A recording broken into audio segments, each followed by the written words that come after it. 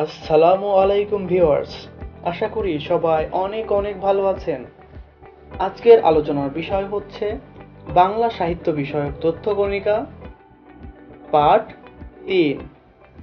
এখানে আমি আলোচনা করব লেখকের নাম এবং তাদের প্রথম গল্পগ্রন্থের নাম নিয়ে। তো চলুন সবাই ভিডিওটি শুরু করা যাক।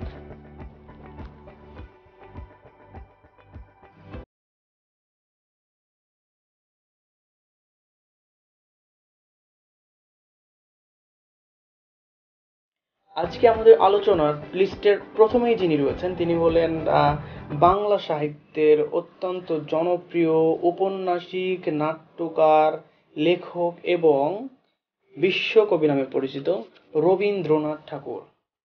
তার প্রথম গল্পগ্রন্থের নাম হলো ভিখারিণী।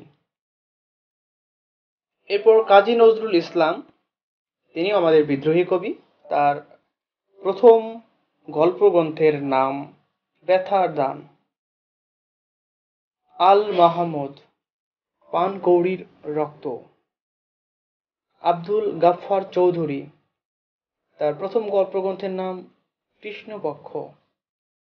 আব্দুল মান্নান সৈয়দ, প্রথম গল্পগ্রন্থের নাম সত্যের মতো বদমাশ। আব্দুল হক, প্রথম গল্পগ্রন্থের নাম রোকেয়ার নিজের বাড়ি। আব্দুস শাকুর, তার প্রথম গল্পগ্রন্থের নাম ক্ষীয়মান। আবুল খায়ের মুসলিউদ্দিন, প্রথম গল্পগ্রন্থের নাম শালবনের রাজা। আবুল ফজল, প্রথম গল্পগ্রন্থের নাম মাটির পৃথিবী। আলাউদ্দিন আল আজাদ, তার প্রথম গল্পগ্রন্থের নাম জেগে আছি। লেখকের নাম শাহেদ আলী, তার প্রথম গল্পগ্রন্থের নাম জিব্রাইলের ডানা। আখতারুজ্জামান ইলিয়াস, তার প্রথম গল্পগ্রন্থের নাম অন্য ঘরে অন্য স্বর। শরৎচন্দ্র চট্টোপাধ্যায়, যার প্রথম গল্পগ্রন্থের নাম মন্দির। এরপরে প্রমোদ চৌধুরী, তার প্রথম গল্পগ্রন্থের নাম চার ইয়ারি কথা। প্রেমেন্দ্র মিত্র, তার প্রথম গল্পগ্রন্থের নাম পঞ্চস্বর। মাহবুবুল আলম, তার প্রথম গল্পগ্রন্থের নাম তাজিয়া।